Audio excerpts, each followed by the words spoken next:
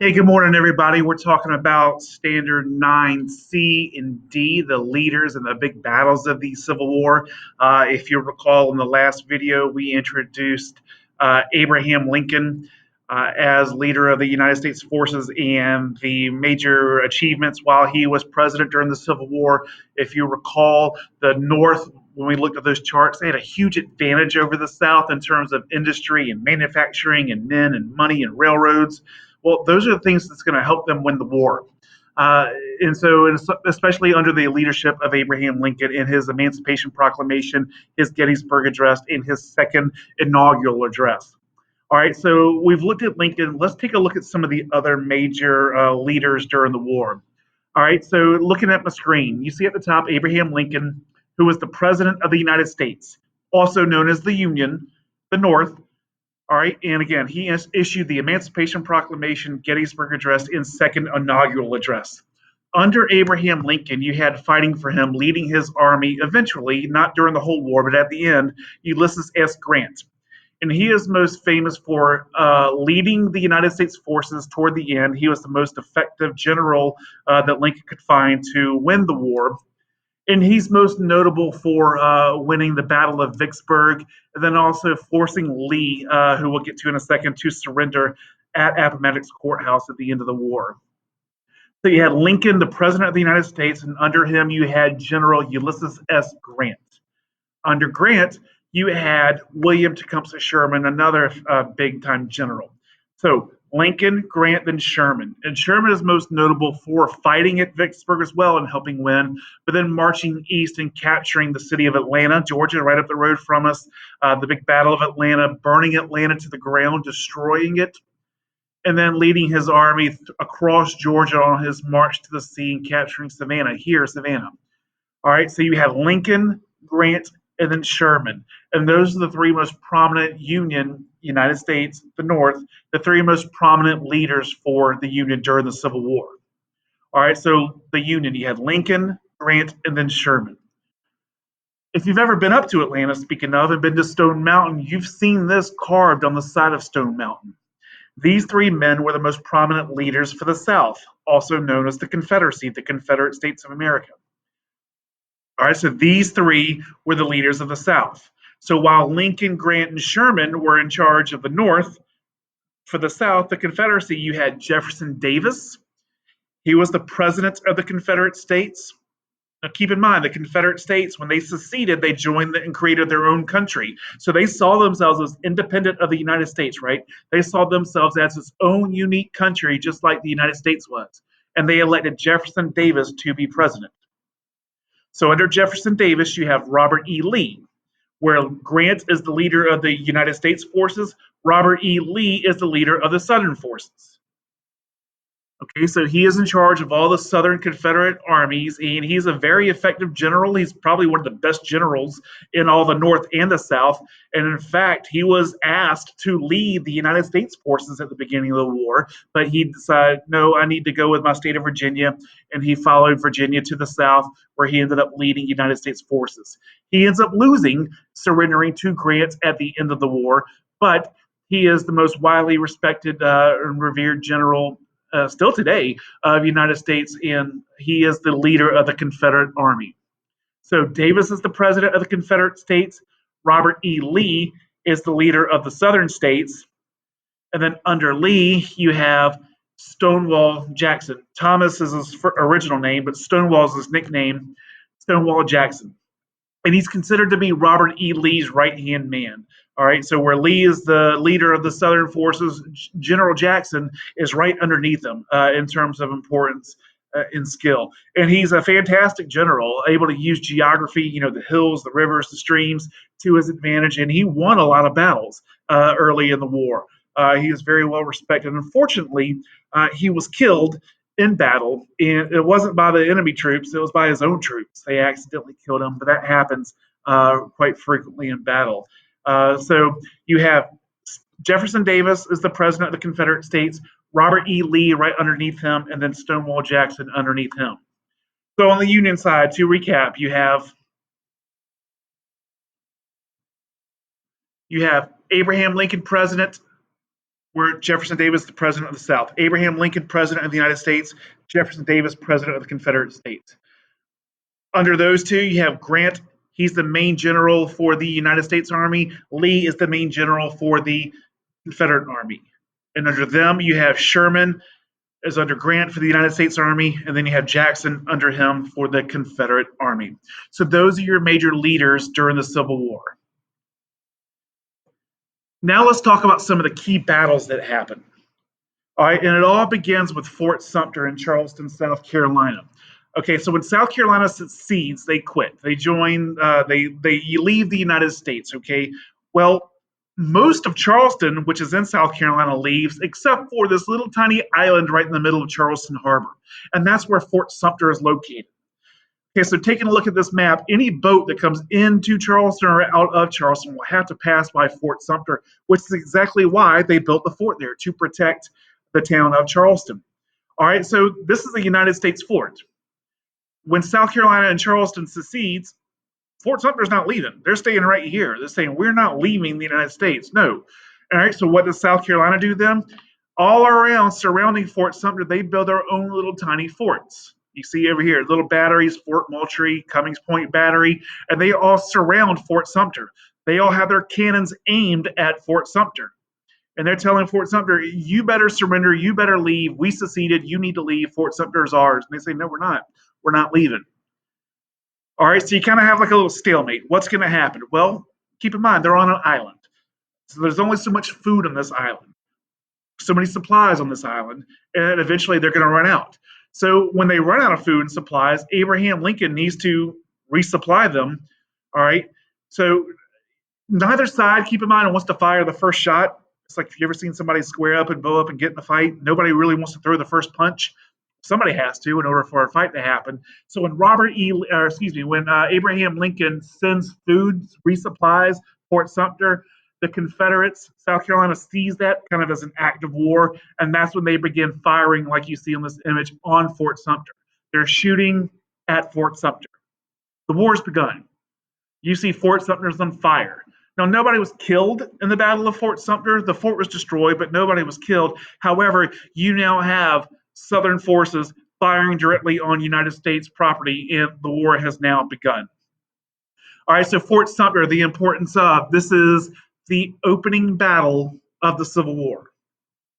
So Fort Sumter in Charleston, South Carolina is the beginning of the Civil War. All right, and when that began, neither side really realized they didn't assume it would be a long war. The Southerners they kind of thought that they're better fighters. They're the ones with something to fight for. They thought that they could go and beat the Northern Army pretty quickly, and then the North would just let them go on and have their own country. The North kind of had the attitude that they're not all that serious about secession in this war.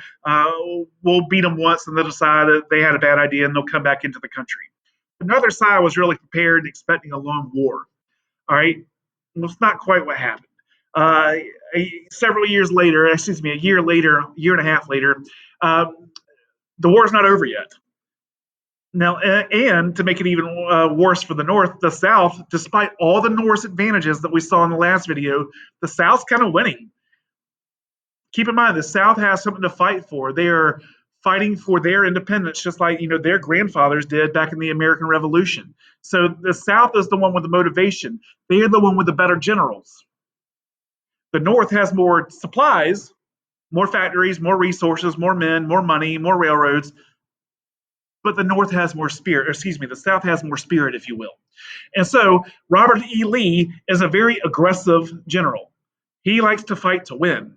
He doesn't like to fight just to not win. He likes to fight to win. And so he goes and invades the North. Remember, it's the North's job to win. They're the ones that have to make the South come back into the country. So Lee, he's like, you know what? I want to be, let's be adventurous. And he goes and invades the United States territory and ends up fighting in a big battle up in Maryland, which is part of the Union still. They did not secede. And so at a battle called Antietam, a town called Antietam, Lee's army ends up fighting the Northern Army, which at the time is led by General McClellan. And it turns out to be a huge, kind of shocking battle, if you will. Over 20,000 people killed and wounded, which is an incredible amount of people in such a short amount of time. It's the first major battle happening in the United States since the American Revolution. But what happens, though, it gives the fact that the South hasn't quit yet, they haven't seceded, or excuse me, they haven't given up, surrendered, or stopped fighting yet. This shows Lincoln that even though he says the war is about saving the Union and he's not worried about slavery, the Battle of Antietam gives Lincoln the motivation to issue the Emancipation Proclamation. He needs not just his army to help weaken the South, he needs the fact of slave revolts and slaves escaping and the issue of slavery to help um, kind of what's the word? Help kind of keep the South occupied at the same time. So after the Battle of Antietam is when Lincoln issues his Emancipation Proclamation again that we talked about in the last video. So you had the Battle of Fort Sumter, that's the beginning of the Civil War. The Battle of Antietam was one of the first major battles with all sorts of, tens of thousands of men killed and wounded. And after this, Lincoln issues his Emancipation Proclamation. All right. Keep in mind the size of the Confederacy. It's big. The number of states that seceded, all the way from Virginia down to Florida, over here to just past Texas. The South is a lot of land. All right, and so most of the battles being fought down in the South.